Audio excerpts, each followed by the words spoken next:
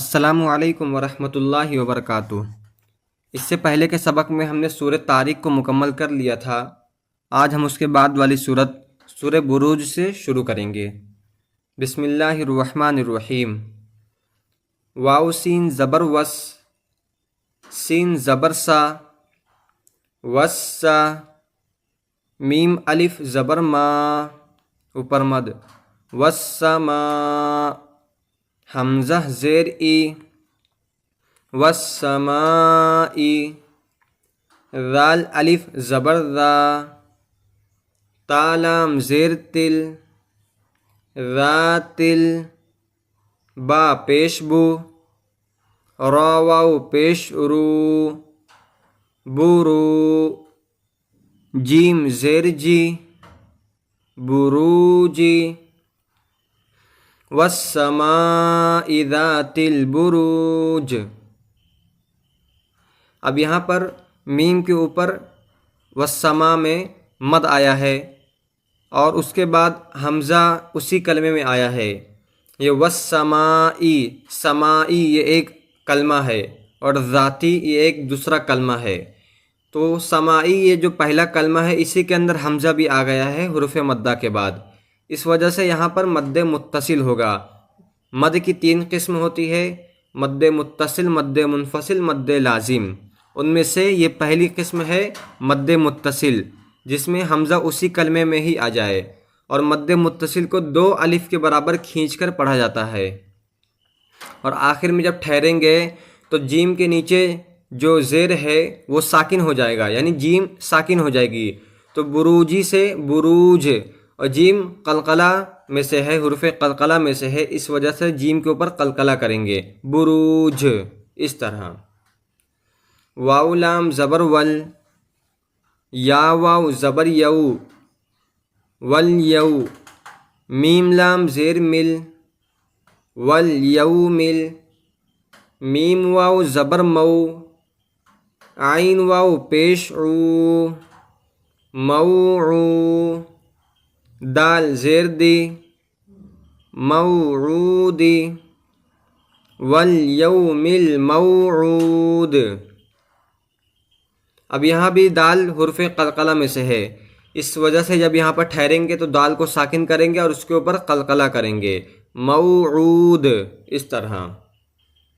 واو زبر وا، شین الف زبر شا، وشا، ہا زیر ہی، دال واو 2 زیر دیوں، وشاہدیوں، واو زبر وا، میم شین زبر مش، ومش، ہا واو پیش ہو، دال 2 زیر دن، ومشہودن، وشاہدیوں، ومشہود۔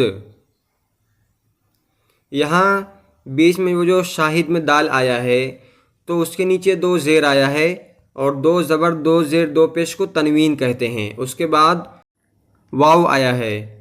اب یہاں قاعدہ یہ ہے کہ تنوین یا نون ساکن، یعنی 2 زبر 2 زیر 2 پیش یا نون ساکن کے بعد اگر حروف یرملون میں سے، حروف یرملون کتنے ہیں؟ 6 ہیں، یا، را، میم، لام، واو، نون، یہ 6 ہیں۔ ان میں سے اگر 4 آ جائیں، یا، واو، میم، نون، یہ 6 میں سے اگر 4 یا، واو، میم، نون آ جائیں، کس کے بعد آئیں؟ تنوین، یعنی 2 زبر 2 زیر 2 پیش یا نون ساکن کے بعد آئیں، تو یہاں پر ہم کو گنہ کر کے پڑھنا رہے گا، یعنی ناک میں آواز چھپانا پڑے گا۔ اس کو ادغام مال گنہ کہتے ہیں۔ اب ہم نے یہاں گنہ کس طرح کیا؟ وشاہدیوں، ومشہود، اس طرح ہم نے گنہ کیا۔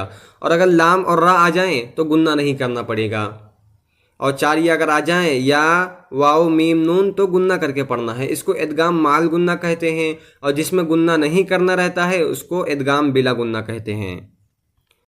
قاف پیش قو، تا زیر تی، قوتی، لام زبر لا، قوتیلا، حمزہ صاد زبر اس، ہا کھڑا زبر ہا، اصحا، بالام پیش بل اصحابل حمزہ خا پیش اخ دال واو پیش دو اخدو دال زیر دی اخدودی قتل اصحاب الاخدود. یہاں بھی آخر میں قلقلہ کریں گے دال کے اوپر.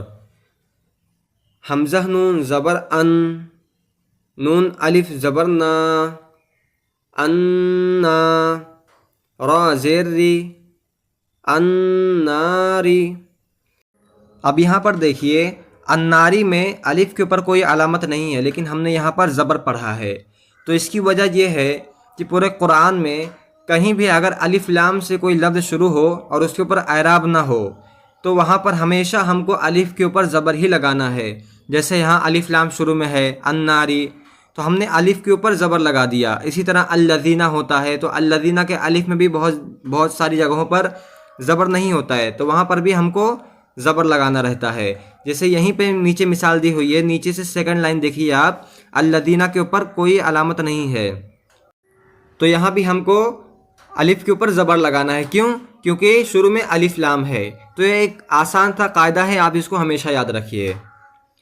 زال الف زبر را، تا لام زیر تل، را تل، واو زبر وا، قاف واو پیش قو، وقو، دال زیر دی، وقودی، الناری ذات الوقود. یہاں الناری میں ہم کو گنہ کر کے پڑھنا ہے کیونکہ نون کے اوپر تشدید ہے، تو جس نون کے اوپر بھی تشدید آئے گا تو ہم کو وہاں پر گنہ کر کے پڑھنا پڑتا ہے. اب یہ 5 آیت ہو چکی ہے، آپ حضرات یہاں تک اچھی طرح سے یاد کر لیں. انشاءاللہ اس کے بعد والی آیت سے ہم اگلے سبق میں پڑھیں گے. السلام علیکم ورحمۃ اللہ وبرکاتہ.